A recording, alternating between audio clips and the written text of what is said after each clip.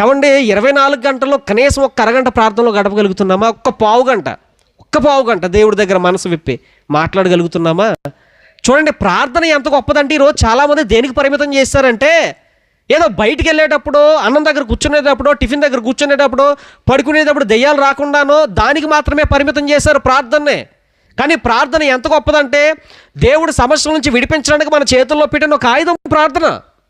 దేవుడు ఏమంటున్నాడంటే, నేను విడిపిస్తాను, గొప్ప చేస్తాను, సమస్యలన్నీ తీరుస్తాను, కానీ ఎప్పుడు అతడు నాకు మొర్ర పెట్టగా, అంటే వారు నాకు ప్రార్థన చేయగా నేను విడిపిస్తాను అని దేవుడు చెప్తున్నాడు.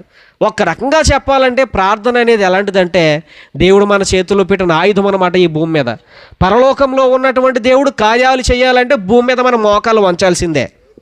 కానీ ఎంత దౌర్భాగ్యకరమైన జీవితంలో జీవిస్తామంటే ప్రియులారా, క్రైస్తవులైనటువంటి మనము బైబిల్ ఒక అధ్యాయాలు చదవం, ఒక 5 అధ్యాయాలు చదవం, ప్రార్థన ఒక పావు గంట ప్రార్థన చేయం, కానీ ఈ ఫోన్ దగ్గర కూర్చొని గంటలు గడుపుతుంటాం. నిజమా కాదా చెప్పండి?